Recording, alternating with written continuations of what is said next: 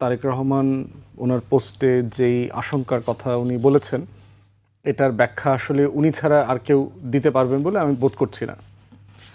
দ্বিতীয় কথা হচ্ছে যে এই কথাগুলোর তো কিছু সত্যতা আছে।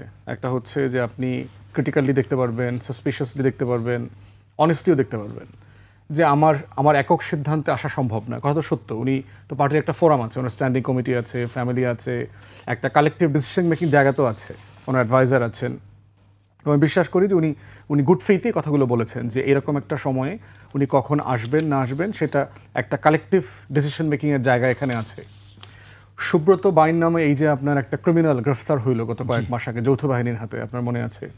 সে কিন্তু ডিবিতে রিমান্ডে কিন্তু জবানবন্দিতে বলেছে যে অনেক কিছুর কথা বলেছে, ভারতে টাকা পয়সা লেনদেন, প্রশিক্ষণ, অস্ত্র, নাম পাল্টায়, অনেকগুলো পাসপোর্ট করা, অনেক গল্প বলেছেন লম্বা সময়। ভারতের গোয়েন্দা সংস্থার সাথে কীভাবে একসাথে কাজ করেছেন, আওয়ামী লীগের শীর্ষ নেতৃবৃন্দের সাথে কীভাবে কাজ করেছেন। পার্টিকুলারলি যেটা বলেছেন তারেক রহমানের জীবনের হুমকির ব্যাপারে, যে জেনুইনলি তারেক রহমানের জীবনের হুমকি আছে এবং তাকে একাধিকবার লন্ডনে পর্যন্ত অ্যাসাসিন করবার জন্য চেষ্টা করা হয়েছে। এখন এই রকম একটা রিয়েলিটিতে ওনার জীবনের হুমকি আছে। বিএনপির যে নেতৃত্বের কাঠামো, এই কাঠামোতে কিন্তু উনি এখন খুব গুরুত্বপূর্ণ ফিগার হয়ে গেছেন। মানে ওনার অবর্তমানে কিন্তু অলরেডি দলে অনেকগুলো প্রশ্ন আসছে যে উনি কেন তাড়াতাড়ি আসছেন না। গত এক বছর থেকেই আলোচনাটা কিন্তু আছে। বেগম জিয়া বয়স হয়ে গেছেন, উনি এখন প্রচণ্ড রকম অসুস্থ, ওনার জন্য আমরা সবাই দোয়া করছি। তো সেই রকম রিয়ালিটিতে প্রত্যাশা হচ্ছে উনি ইমিডিয়েটলি ফিরে আসবেন, কিন্তু আবার নিরাপত্তার হুমকিটা আছে। এবং নিরাপত্তা হুমকি আছে বলে আপনার মনে থাকার কথা, গত 1-2 মাস আগে আমরা দেখেছি যে উনি স্পেশাল প্রোটেকশনের জন্য গাড়ির আবেদন করেছেন, বুলেট প্রুফ গাড়ি, অস্ত্র ক্যারি করবার জন্য আবেদন করেছেন। তো সেই জায়গাগুলো কোনোভাবে ছোট করে দেখবার সুযোগ নাই। এর বাইরে হচ্ছে যে আমি যেহেতু ইংল্যান্ডে আপনার লিগ্যাল প্র্যাকটিস করেছি, সেখানে আমি ধারণা করছি যে উনি অ্যাসাইলাম ক্লেম করে সেখানে আছেন। তো অ্যাসাইলাম গ্রান্ট হলে যেটা হয়, ওই ডকুমেন্টটাতে লেখা থাকে যে আপনি এখানে থাকতে পারবেন এবং এই ডকুমেন্টটা দুনিয়ার সব জায়গাতে নিয়ে আপনি ট্রাভেল করতে পারবেন এক্সেপ্ট কান্ট্রি অফ অরিজিন। মানে যেই দেশের ভয়ের কারণে, গভর্নেন্সের কারণে আপনি ওই দেশে যেতে পারেন না, ওই দেশে আপনার যাওয়ার একটা বার থাকে। তো অ্যাসাইলাম ডকুমেন্টে এটা লেখা থাকার কথা যে উনি বাংলাদেশে আসতে পারবেন না, জেনুইনলি থাকে। কারণ হচ্ছে যে আপনি বাংলাদেশে জীবন হানির সম্ভাবনা আছে বলেই তো আপনি ওই রাষ্ট্রের কাছে নিরাপত্তা চেয়েছেন। তো অতএব জেনুইনলি তারা বলবে যে আমাদের নিরাপত্তার শর্তের ভিতর একটা শর্ত হচ্ছে যে আপনি বাংলাদেশে যেতে পারবেন না, অন্য যে কোনো দেশে যাবেন, ঘুরবেন, কোনো সমস্যা নাই। যদি না উনি ব্রিটিশ পাসপোর্ট নিয়ে থাকে, আমরা জানি না উনি ব্রিটিশ নাগরিকত্ব নিয়েছেন কিনা, বাট অন্য বিভিন্ন সময় শুনেছি যে উনি নেন নাই। উনি লন্ডনে এখন অ্যাসাইলামের উপর ভিত্তি করে হয়তো পার্মানেন্ট রেসিডেন্সি নিয়ে আছেন। তো সেখানে ওনার এক্সিস্টিং ট্রাভেল ডকুমেন্ট দিয়ে উনি বাংলাদেশে আসতে পারবেন না। সেই জায়গাতে হতে পারে যে মাননীয় পররাষ্ট্র বিষয়ক উপদেষ্টা যিনি বলেছেন, তো সেই ডকুমেন্টে যদি উনি আসতে না পারেন তাহলে বাংলাদেশ সরকার ওনাকে একটা ট্রাভেল ডকুমেন্ট পাস ইস্যু করে দেবে। তো ইস্যু করে দিলে উনি আসতে পারবেন। কিন্তু টেকনিক্যাল প্রবলেম হচ্ছে এই আসা যাওয়ার মধ্য দিয়ে ওনার ইংল্যান্ডে থাকার যে রাইট আছে সেটা ক্ষুণ্ণ হবার একটা সম্ভাবনা আছে। তো সেই রকম একটা লিগ্যাল জটিলতাও থাকতে পারে, এটা আমি ধারণা করছি, জাস্ট লিগ্যাল অ্যাজাম্পশন থাকতে পারে। তো এর বাইরে হচ্ছে যে আর বাকিটা হচ্ছে যে পলিটিক্যাল রিয়েলিটি। উনি জানেন উনি এবং ওনার পরিবার গত 17 বছর কী ধরনের নির্যাতনের মধ্য দিয়ে গেছেন, যে উনি নিজে রিমান্ডে নির্যাতনের শিকার হয়েছেন। যৌথ বাহিনী, ডিজিএফআই, এনএসআই, ডিবি সবাই মিলে ওনার উপর যে টর্চারটা করেছেন 1/11-এর সময়, সেই টর্চারের গ্লানি কিন্তু ওনাকে এখনও নিতে হচ্ছে। ওনার শরীর এখনও পুরোপুরি সুস্থ না, সেটার দাগ এখনও রয়ে গেছে। জিয়া পরিবারকে, প্রত্যেকটা পরিবার কিভাবে এটার জন্য এই নিষ্ঠুরতার, আওয়ামী আমলের নিষ্ঠুরতার শিকার হয়েছেন। ভাই মারা গেছে এক্সাইলে, মালয়েশিয়া থাকা অবস্থায়। তারপরে এই আপনার মা বেগম জিয়া 40 বছর যে বাড়িটাতে থেকেছেন, সেই বাড়িটা থেকে ওনাকে এক কাপড়ে উচ্ছেদ করা হয়েছে, বুলডোজ করে দিয়ে দেওয়া হয়েছে। 40 বছরের যে স্মৃতি এবং এই যে কাঠামোর মধ্য দিয়ে প্রতিষ্ঠানকে, বাংলাদেশের গুরুত্বপূর্ণ নিরাপত্তা সংশ্লিষ্ট প্রতিষ্ঠানের উপরে একটা আস্থাহীনতা, একটা ট্রমার জায়গা ওনার থাকাটা খুব স্বাভাবিক। এর বাইরে হচ্ছে দলের নেতাকর্মীদের ভিতরে তো সাবোটিয়ার আছে। এই দলের অনেক নেতাকর্মী তো আওয়ামী আমলে আওয়ামী লীগের সাথে দালালি করে আপনার মানে ট্যাগ করে আন্দোলনগুলোকে নষ্ট করেছেন। এরকম টপ টিয়ারের লিডারশিপও তো এই দলে আছে এখনও। সবাই তো আর জাতীয়তাবাদী ওই ফ্রেমের জেনুইন লোক না। তো সেখানে এই লিডারশিপকে কতটুকু বিশ্বাস করা যায় সেটাও তারেক রহমানের জায়গা থেকে একটা প্রশ্নবিদ্ধ জায়গা আছে। কারণ তারা তো বেগম জিয়াকে উদ্ধার করতে পারে নাই। তারা জিয়া জিয়া খালেদা জিয়া স্লোগান দিতে দিতে তাকে জেলখানায় দিয়ে আসছে, তাকে আপনার এই কোর্টে নিয়ে হাজিরা দিয়ে আসছে, টাকা বালুর ট্রাক তো এই বিএনপি নেতারা সরাইতে পারে নাই, এটা তো ফ্যাক্ট। তো সেই জায়গায় তারেক রহমানের এই আস্থার জায়গাটা রয়ে গেছে যে এইরকম একটা মানে সম্ভাবনার শঙ্কার জায়গায় পলিটিক্যাল লিডারশিপকে আমি কতটুকু ট্রাস্ট করতে পারবো। এই সব কিছু মিলিয়ে উনি এই বাস্তবতাটা ভালো জানেন যে ওনার মতো একটা জায়গা থেকে আমার এখন দেশে ফেরাটার ভালো খারাপের জায়গাটা কোন দিকে পাল্লাটা ভারী, এবং আমি বোধ করব যে এটা একান্তই তার ডিসিশন, তার দলের ডিসিশন, কালেকটিভ ইন্টারেস্টে তারা দেখবে। বাট আমার বিশ্বাস যে ন্যাশনাল এক্সপেকটেশনটা যেটা আছে, জাতির একটা প্রত্যাশার জায়গা আছে, আমার বিশ্বাস সেটা উনি বিবেচনায় নেবেন। জি, আমরা আবার একটু আসতে চাই আপনার কাছে ফাহিমা নাসরিন মুন্নি। কয়েকটি প্রপোজিশন, আমরা কিন্তু পুরাটাই বলছি এগুলো প্রপোজিশন, আমাদের ধারণা, আমরা চিন্তা করতে পারি। সেক্ষেত্রে সিকিউরিটি কনসার্ন একটা বড় বিষয় হয়েছে, লিগাল বিষয়ও বলেছেন ব্যারিস্টার ফুয়াদ। আমি একটি কথা বলছি, ফুয়াদ আরেকটি প্রপোজিশন ড্র করেছে, যেটি আমি মনোযোগ দিয়ে শুনেছি, যে ইনসাইড পার্টি কোনো আশঙ্কার জায়গা আছে কিনা, number one. Number two, out of the country কোনো আশঙ্কার জায়গা আছে কিনা, inside the country, out of the party কোনো আশঙ্কার জায়গা আছে কিনা। সেই আশঙ্কার জায়গাগুলো যদি আপনার ধারণায় থাকে, নাম্বার ওয়ান। নাম্বার টু, এই যে উনি সিকিউরিটির জন্য নানা ইনস্ট্রুমেন্টের জন্য আবেদন করছেন, সেটি কতদূর পাচ্ছেন, রাষ্ট্রের সেই সিকিউরিটি এনশিওরে আপনারা কনফিডেন্ট কিনা? সিকিউরিটি কনসার্ন সেটা তো অবশ্যই একটা সিকিউরিটি কনসার্নের ব্যাপার থাকবে, কারণ এখন আজকে বাস্তবে যেই অবস্থাটা বিরাজ করছে, এখানে আন্তর্জাতিক চাপের ব্যাপার আছে, আমাদের আভ্যন্তরীণ সমীকরণের ব্যাপার আছে, রাজনৈতিক যেই প্রপোজিশন আছে সেগুলো কনসিডারেশনে নিতে হবে, এবং সেই সাথে অন্যান্য আরও যেই ওয়েস্টেড কোয়ার্টার্স এবং কর্নারগুলো আছে তারা আসলে কীরকম মনোভাব পোষণ করছেন, এবং তারও মনে ওই যে যেমন একজন টেররিস্টের কথা আমার ভাই বললেন, ছোট ভাই বললেন, সেই রকম ঘাপটি মেরে আরও কোথাও কে কীভাবে আছে, এটা we don't know that. Maybe inside the party না, ইনসাইড দ্য পার্টি না, আমি সেটা বলছি না। আমি বলছি যে যারা যেই জিনিসগুলো যে আঞ্চলিক আভ্যন্তরীণ, এখন অঞ্চলের কথা যদি আপনি বলেন, তো আমাদের ভূ রাজনৈতিক যেই অবস্থার পরিপ্রেক্ষিত এখন বিরাজ করছে, অতীত থেকে যদি এই পর্যন্ত আসেন, আমাদের দেশনেত্রী কি বলেছিলেন, বালুর ট্রাক দিয়ে যখন আটক করে রেখেছিল, আমরা উদ্ধার করতে পারিনি, কিন্তু সেখানে 1000-এর উপর নেতাকর্মী তো গুম হয়েছিল, হাজার হাজার আমাদের নেতাকর্মী তো খুন হয়েছে। এটা আর অন্য দলের বেলায় কি আপনি বলতে পারবেন? তারপরও তো আমরা সভা সমাবেশ, কথা বলার অধিকার, সভা করেছি।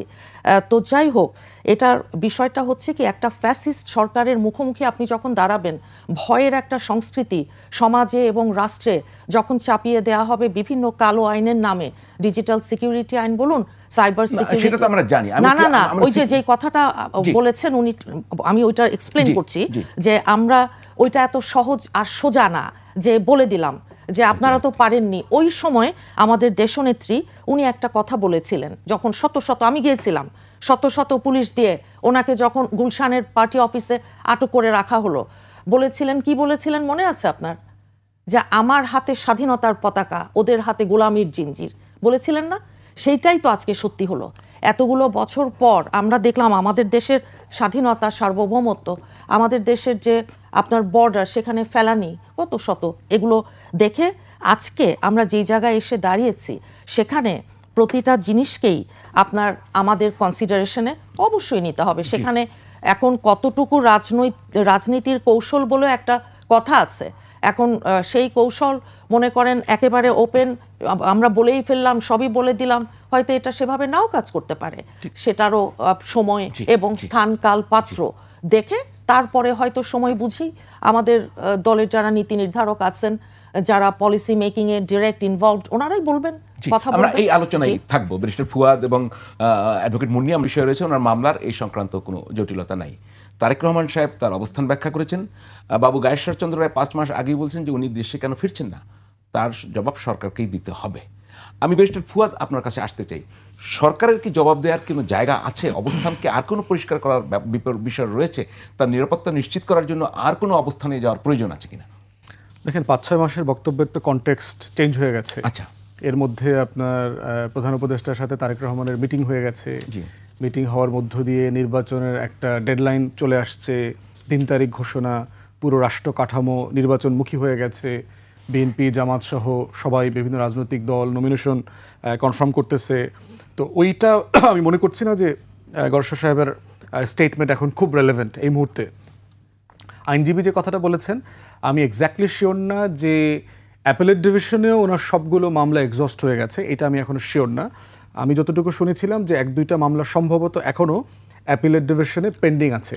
কিন্তু সেটা এমন কিছু না যে উনি আসলে সেখানে ওনার বিব্রতকর কোনো পরিস্থিতির মধ্যে পড়তে হবে, সেটা আমি বিশ্বাস করি না। আমার মানে সরকার এটার মধ্যে নাই। তো সেই জায়গাতে নির্বাচনকে এই স্টেটমেন্ট অথবা তার ফিরে না আসার ব্যাপারে খুব বেশি এফেক্ট করবে বলে আমরা মনে করি না।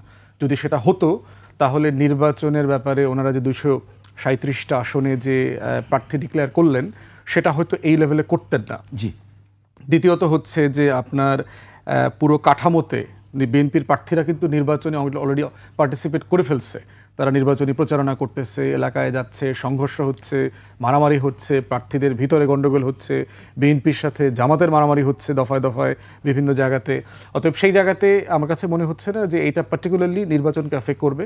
এটা একটা দলীয় কাঠামোর সিদ্ধান্ত যে তিনি থাকেন না থাকেন, আসেন না আসেন, প্রত্যেকটা ফ্রেমে নির্বাচনটা কিভাবে হবে এবং সেটা উনি যদি নির্বাচনের আগে ফিরে আসেন, নির্বাচনে কন্টেস্ট করেন, ওনার জন্য তো সিট রাখা হয়েছে। আবার যদি এমনও হয় যে কারণে উনি বোধ করছেন যে এই মুহূর্তে আসা সম্ভব না, সেই কারণটা যদি ফেব্রুয়ারি পর্যন্ত পারসিস্ট করে তাহলে যেটা হবে নির্বাচনের মতো হয়ে যাবে। দল যদি ক্ষমতায় চলে যায় যে কোনো একজন প্রার্থী আসন ভ্যাকেট করে দেবে, আসন ভ্যাকেট করে দিয়ে উনি উপনির্বাচন করে আসবেন। আপনার কাছে এখানে ইন্টারাপ্ট করে একটু বুঝতে চাই যে প্রধানমন্ত্রী ধরেন, আমি ধরেই নিই, প্রধানমন্ত্রী হওয়ার জন্য কি এই সংসদ নির্বাচনে পাশ করতেই হবে না পরে উনি খালি আসনে পাশ করে নিতে পারবেন? ইমিডিয়েটলি সরকার গঠন করতে হইলে তো অবশ্যই সংসদ সদস্য হতে হবে। আমাদের সংবিধানে যেটা বলে দেওয়া আছে যে majority leader who has the confidence of the majority, যে এমন একজন ব্যক্তি যার সংসদে অধিকাংশ নির্বাচিত সদস্যের আস্থা আছে, এমন একজন ব্যক্তি হচ্ছে প্রধানমন্ত্রী হবেন এবং সরকার গঠন করবেন। আপনার এই পয়েন্টে আমি ফিরে আসবো। আমি এই পয়েন্ট থেকে একটু যেতে চাই মুনিয়াপার কাছে, যে তারেক রহমান সাহেবের আমি যদ্দূর জানি এখনো উনি ভোটার লিস্টে ইনক্লুড না, ভোটার হননি এখনো। সেই প্রক্রিয়াটা আপনারা কিভাবে এগোচ্ছেন? মানে আমি ঠিক আইনটি বুঝতে চাচ্ছি যে উনি কি দেশের বাইরে থেকে এখন ভোটার হতে পারেন বা ভোটার হয়েছেন কিনা, না হলে তফসিলের আগে পরে কোনো বিষয় আছে কিনা? আমি বলেছিলাম আমার ওই প্রথম বক্তব্যে যে তফসিলের আগে তফসিল ঘোষণা করবে, তখন ওনার আসবার কথা আছে ওনার, এবং সেই কারণটা এটাও একটা যে ভোটার লিস্টে ওনার নামটাকে ইনক্লুড করা, যেহেতু উনি অলরেডি ডিক্লেয়ার করেছেন বগুড়ার একটি আসন থেকে নির্বাচন করবেন এবং আমাদের দেশনেত্রীর 3টা আসন থেকে নির্বাচন করবার। একটু বলি তাহলে তফসিলের আগে আসতে হবে ভোটার লিস্টে নাম এখন। জি, সেই রকমই আমাদের জানা মতে, তাই যে ভোটার লিস্টে এবং তফসিল ঘোষণার আগে উনি আসার যেই প্ল্যান পরিকল্পনা আছে এখন পর্যন্ত আসবেন এবং ইনশাল্লাহ ইলেকশন করবেন। তো নির্বাচনের দেখেন নির্বাচনে আপনি পরে বলেন। আরেকটু প্রশ্ন করতে চাই, উনি কি দেশের বাইরে থেকে ভোটার হতে পারেন না? এখন যে ধরেন প্রবাসে ভোটার হলো, এসে ভোট দিল, মানে আমি একটু আইনগত প্রক্রিয়াটা বুঝতে চাচ্ছি। বিদেশ থেকে ভোটার, এখন উনি হয়তো দেশে এসে প্রপার ওয়েতে ভোটার হতে চাচ্ছেন, কারণ একটা বিশেষ পরিস্থিতিতে, একটা ইউনিক সিচুয়েশনে 1/11-এর সময় ভীষণ রকমের টর্চারের শিকার হয়ে উনি কিন্তু বিদেশে নির্বাসিত জীবন যাপন করছেন। এটা ওনার যে চয়েস তা না, এটাতে ওনার যে শারীরিক বাধ্য হয়ে যে রকম অবস্থা হয়েছিল, যেটা বলেছেন আমার ভাই, যেটা বলেছেন যে কি ভীষণ রকমের 1/11-এর সময় ওনার উপর ফিজিক্যাল এবং মেন্টাল টর্চার যেটা হয়েছিল, আপনারা সবাই দেখেছেন সোশ্যাল মিডিয়াতে, সেগুলো সবই আছে। দেখেন আমি একটু আবার জানতে চাচ্ছি যে বাইরে বসে, দেশের বাইরে বসে উনি ভোটার হতে পারেন কিনা, এবং যদি কেউ প্রবাসে বসে ভোটার হন সেই ভোটটা আবার দেশে এসে দিতে পারেন কিনা। আমি ফুয়াদ ভাইয়ের কাছে আসবো একটু। না ঠিক আছে, সেটা যারা বিদেশে থাকেন, প্রবাসে অনেকে হয়েছেন না, অনেকে তো হয়েছেন, যারা প্রবাসে জীবনযাপন করছেন, প্রবাসে কাজকর্ম করছেন, দেশে টাকা পয়সা পাঠাচ্ছেন, তারা ভোটার হয়েছেন না। আমাদের কয় কোটি প্রবাসী বাংলাদেশি আছেন, প্রায় 2 কোটির কম বেশি। তো তাই যদি হয় সেটা এক জিনিস, কিন্তু উনি তো একটা দলের প্রধান, একটা জায়গা উনি হোল্ড করেন, উনি তো ওনার দিকে তো তাকিয়ে আছে আমরা সারা বাংলাদেশের মানুষই, বিশ্বের আরও অন্যান্য অঞ্চলের ব্যাপার সেটা আছে, সেটা ভিন্ন। কিন্তু উনি হয়তোবা চেয়েছেন যে যেহেতু বিএনপির মতন এত বড় একটা রাজনৈতিক দল, তো উনি দেশে এসেই এটার ভোটার হবেন, কারণ টেকনিক্যালিটিসের জন্য যেটা উনি করতে পারেননি, মানে ভোটার হওয়া বলুন, কিংবা এখানে যেহেতু উনি নির্বাসিত জীবন যাপন করতে বাধ্য হয়েছেন বিভিন্ন অবস্থার পরিপ্রেক্ষিতে, সেই কারণেই এটা ওনার হয়তোবা চয়েস যে আমি দেশে আসব, প্রপারলি ভোটার হব এবং নির্বাচন করব। কিন্তু এখন একটা কথায় আসতে হবে আমাকে, সেটা হচ্ছে একজন, আপনি বললেন সরকারের উনি পররাষ্ট্র উপদেষ্টা না, যে হ্যাঁ, উনি তৌহিদ হোসেন বলেছেন তারেক রহমান সাহেব যদি না আসেন নির্বাচনে প্রভাব পড়বে না। না, তার আসা না আসার উপরে সুষ্ঠু নির্বাচনের কোনো সম্পর্ক নেই, উনি বলছেন সেটা। আচ্ছা, তো এবং আরেকটা কথা বলছেন যে উনি বিদেশে থেকেই সাকসেসফুলি তার দল চালাচ্ছেন। তো প্রথম কথার জন্য ওনাকে ধন্যবাদ দিই, আর দ্বিতীয় কথার জন্য ওনার একটু সমালোচনা করি যে উনি বললেন তারেক রহমান সাহেব যদি না আসেন সুষ্ঠু নির্বাচনে প্রভাব পড়বে না। এটা কেন আগাম, মানে ওই আগ বাড়িয়ে, না ঠিক আছে, আগ বাড়িয়ে এই কথাটা বলবার অর্থটা যে একটা নেগেটিভ মেসেজ এটা যে দিচ্ছে অন্তর্বর্তী সরকারের তরফ থেকে, যে সরকারটাকে আমরা প্রথম দিন থেকে আজ পর্যন্ত আমরা কিন্তু তাদেরকে সব রকমভাবে সহায়তা করছি, সব রকম যতভাবে আপনি বলতে পারেন, কিন্তু তার অর্থ এটা না তাদের কাজ ইন্টারিম গভর্নমেন্ট একটা সুষ্ঠু অংশগ্রহণমূলক নির্বাচন তারা দিবেন। সেখানে যে সংশয় তারা তৈরি করেছেন, যেই সংশয়ের কারণে আজকে বাংলাদেশে, এখন যদি আপনি আমার সাথে নিচে নেমে যান, র্যান্ডাম লোকজনকে জিজ্ঞেস